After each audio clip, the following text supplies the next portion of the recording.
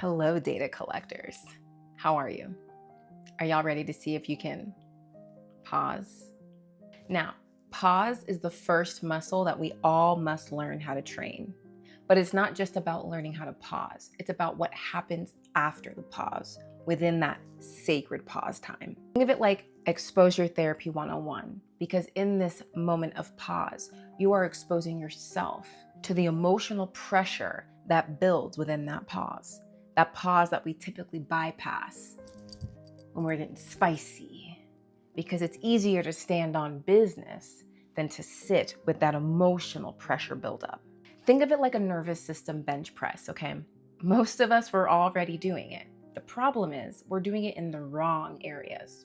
Every time you suppress yourself, every time you say nothing to keep the peace, every time you shrink. What we're going to learn today in this video is how to reroute that skill so we can start making pauses a conscious choice. But after we make it conscious, then what? Well, that's when we zoom out. And then after the zoom out, we integrate. This is your new SOP protocol.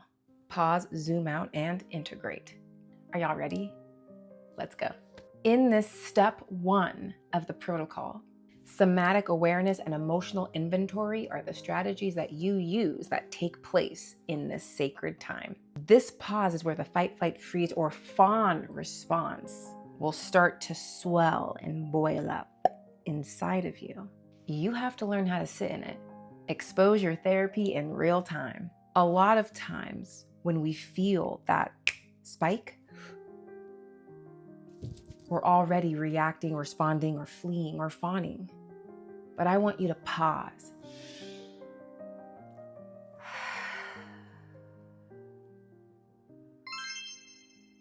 Notice how long that exhale was.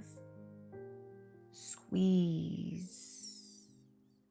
Think of yourself as an Instapot, and when you,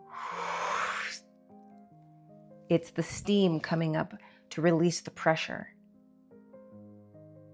This can happen like this once you practice it over time consistently and it becomes second nature. What are you feeling when you surrender to that? Exhale, squeeze, pause. A lot of times we are in situations where we can pause. The only reason why we feel that we can't is because we live in fast food culture. People don't have the time. We can't even watch they're shorts for a reason, because long format videos people aren't even trying to do. So now we try to skip steps. It's like click, man. Didn't we learn from Adam Sandler?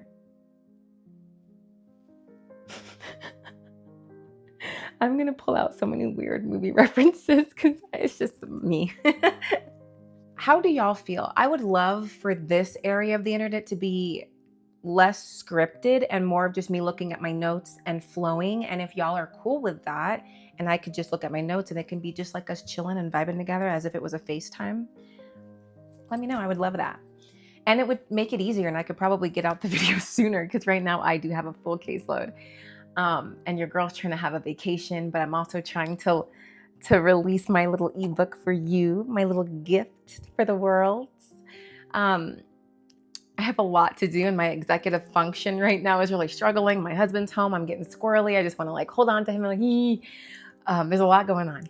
So, but I really want to be more, I want to give you guys my vision for this corner, especially when we get to the community world, which I am going to tell you is going to be behind a paywall because it is the sanctuary. I'm giving you all of this already. And for those of us that want to be, I do suspect that a lot of people don't want to engage in the way that I would hope, just because of safety and the mob. I get it. So the sanctuary is going to be behind a paywall, and we're going to have a community there, and I'm going to be a lot more just Savannah there. I just want to be Sav. I don't want to be the therapist on the internet. I just want to be Savannah with the letters and the books and the fun. Okay, I need to stop. Okay, I'm going on a tangent. But yeah, let's see how this goes, and you guys give me feedback and tell me how you like the structure, because I want it to be more human, not I love the academics, but I want to save that for my intensives. I got a lot of good stuff coming for the next year. I just have to close out my clients right now and then shift gears, focus more on like clinical supervision and education containers for all of us and group activities. So, okay, sorry. I'm so excited. I'm really excited. I'm excited, but I'm also extremely nervous because working from home is something I've never done.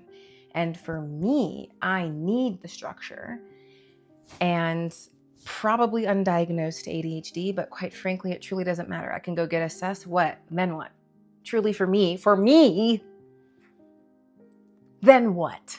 Okay, what am I gonna do? Carry around the little ADHD, put it on my little arm? Do I get to be a part of a club? No. So that's why I don't even bother. For some people, it's helpful to know. I can already tell I do this shit for a living, but it's something else too, because I had college and college gave me that structure. And I think a lot of us, we're going to have a little chit chat. We're going to have a little corner of the internet to talk about those of us who are struggling with that. Like coming out of college, I did 15 years of academics. And to go from that structure to owning your own practice and running your own schedule. I forget what I was trying to do when I go downstairs. And I'm telling y'all, that's why I get so annoyed when people always bring up their ADHD, because yes, it's hard. But do you know that we live in this advanced world where we've got devices everywhere that can call to you? Psst, hey girl, change the laundry. It's been sitting there. And you know what's crazy is I literally tell my reminders or my Alexas, Stranger Things, sorry. I tell them to talk to me that way. Like, girl, didn't you tell me to tell you like to go check your laundry? So sorry, I was supposed to be talking about something else, but it's just, maybe I'll have to do this video another day. But like, I just want to have this conversation with y'all because it's funny. But I truly, truly do think that a lot of us, we don't know how to have belonging anymore. And now we have found diagnoses that can make us feel a part of a kid club. And now we've got neurospicy. Like, I remember when I was a kid, I would lie on my vision tests because I wanted glasses. And I know that the doctor knew. He would tell my grandma. But he was like, yeah, I think she's lying. Because I wanted glasses because I thought they were cool. We want things because everyone else does them. That's natural, okay? But now we're using diagnoses for symptoms that used to be just nerves because presentation makes you nervous. It can be scary, right? That's valid. Now it's anxiety. Everything is a diagnosis, we have pathologized everything. And I think we don't know how to relate to anybody anymore unless it's gossip or drama, or if it's like, hey, I got ADHD. Oh, you got ADHD too? Shit, I'm taking Adderall. How much? Oh, you taking Adderall? Girl, I'm on that Vyvanse. Yeah, that Vyvanse. Yeah, girl.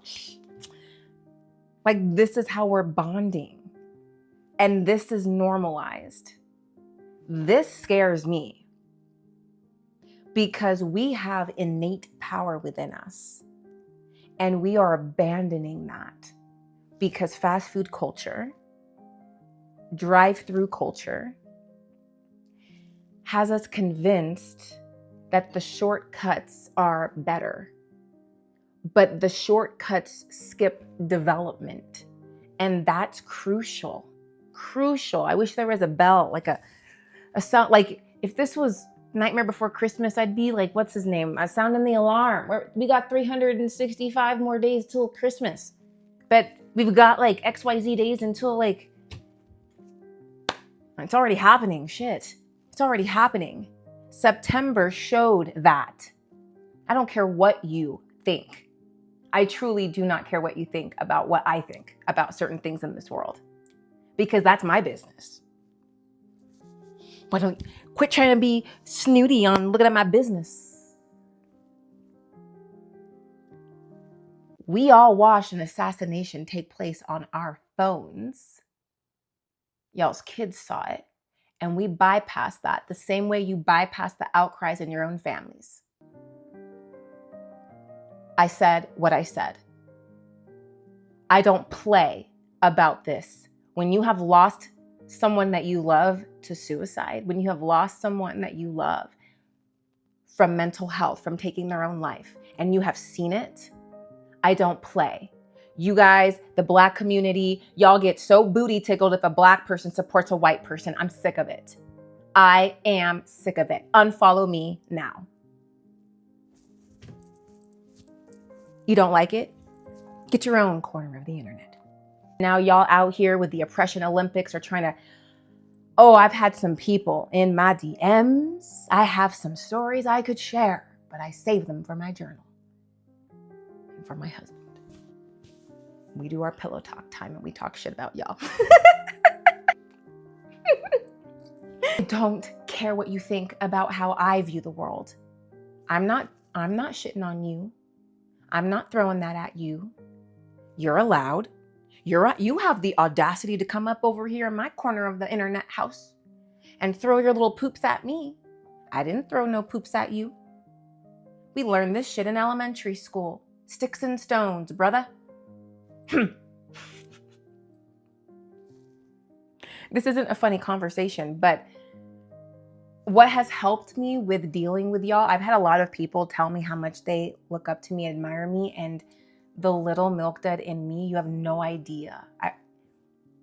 You have no idea what that means for me, because I have my own sacred wounds, my own traumas.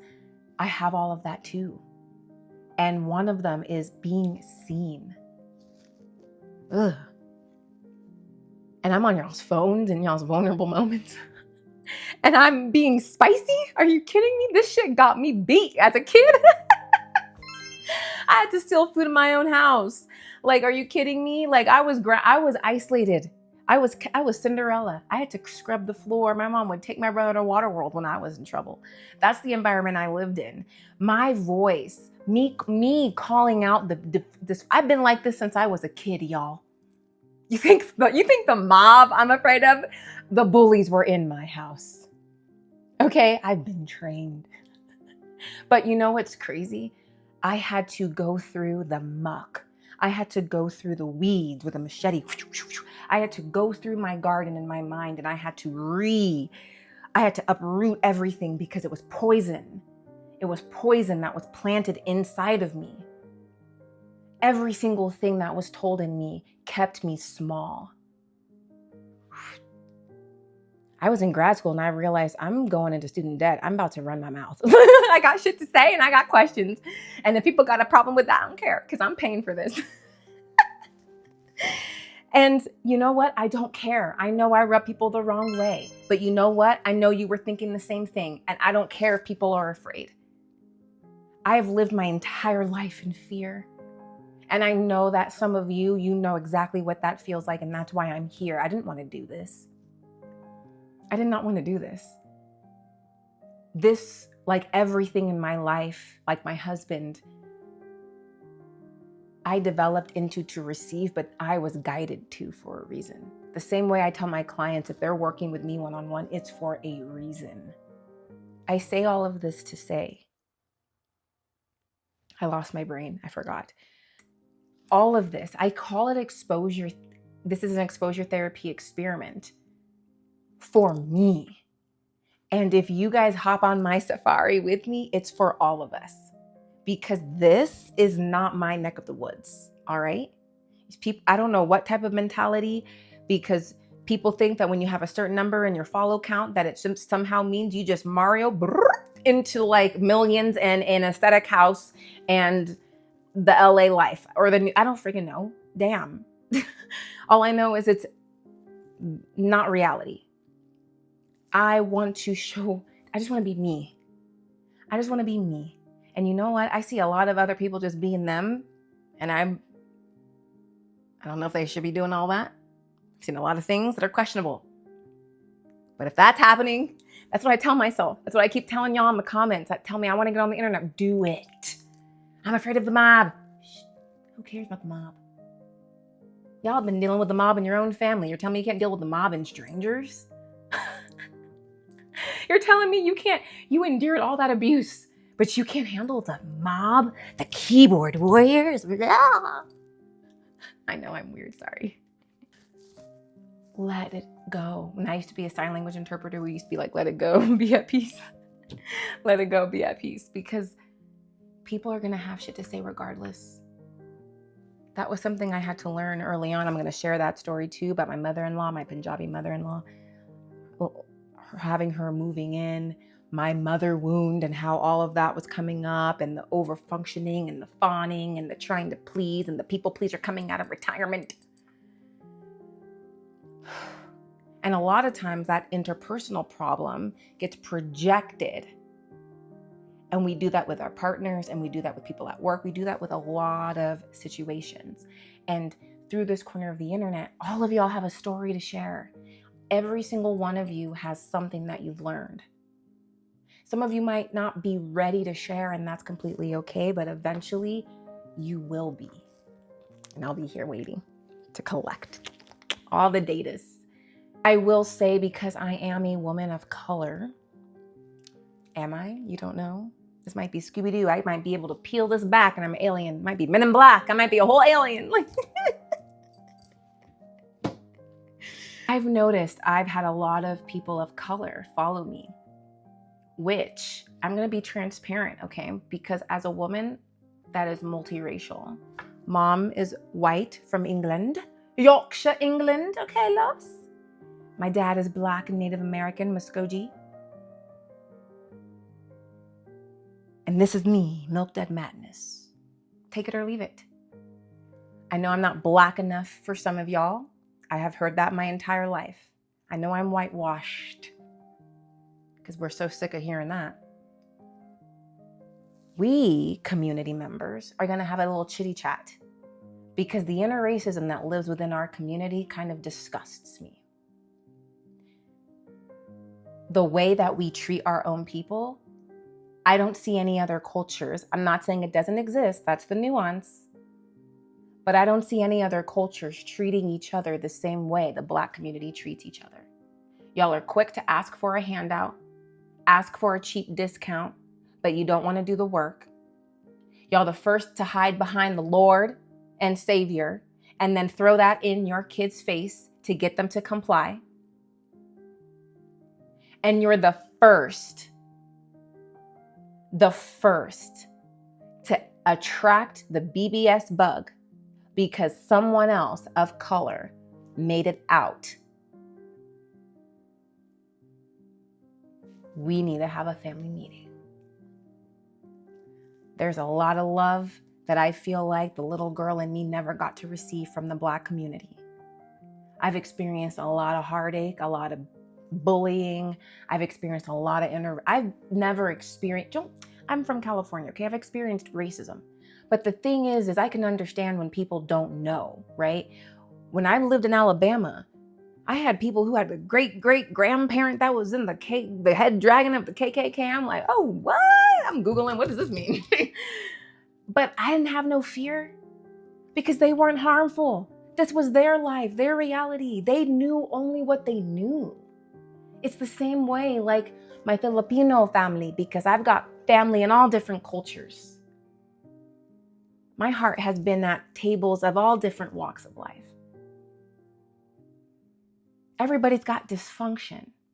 But the Black community, I don't know what's going on with us, man. We got to get it together. We're a hater nation. And the colorism has to stop, because the fetish sizing mixed children, all of y'all that want to have a Black mixed baby, do this all the time. But then when the mixed people want to have a place to sit, you guys are pissed because we don't feel like we could pick a side, because we are all the sides. You fetishize it, and then now this is the outcome. Milk Dud Madness. You don't like it? Why you keep doing it? He gives the little mixed kids the space to talk about the difficulties it feels like being pulled in all different directions. You're not Black enough. You're not white. You're not Mexican. You're not Asian enough. You're not whatever else you're mixed with. I have so many clients that are born in Hispanic families and they're scapegoat just because they're negra.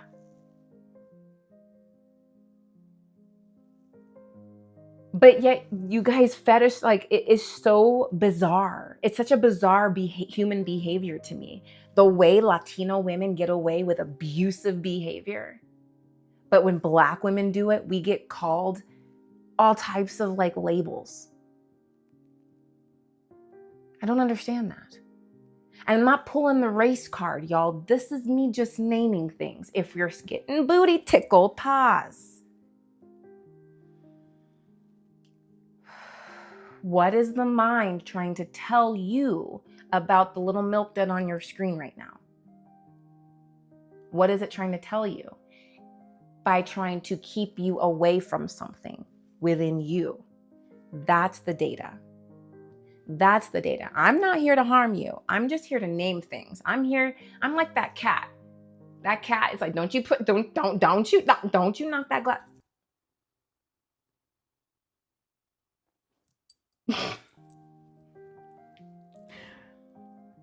I told you I was like this since I was a kid. And every single time I would tell my mom, I don't think that's healthy. I don't think you should be treated that way. I don't think you're supposed to be talked to that way. And then I'm getting cussed at. I'm getting called the B word. I'm getting called a dumb XYZ. I'm getting told that I'm going to become nobody. I'm supposed to have 5 baby daddies right now and work at McDonald's. I got 5 fucking degrees. Sorry. I'm just saying. You have 2 options. I'm trying to guide you to the option that serves your highest and greatest good. But it does require me challenging your certainty. And hopefully if you stay, because you know it's vibes here, even if it's a little spicy, you will learn to access that part of the heart that I'm trying to guide you all to. So let's get into the SOP protocol.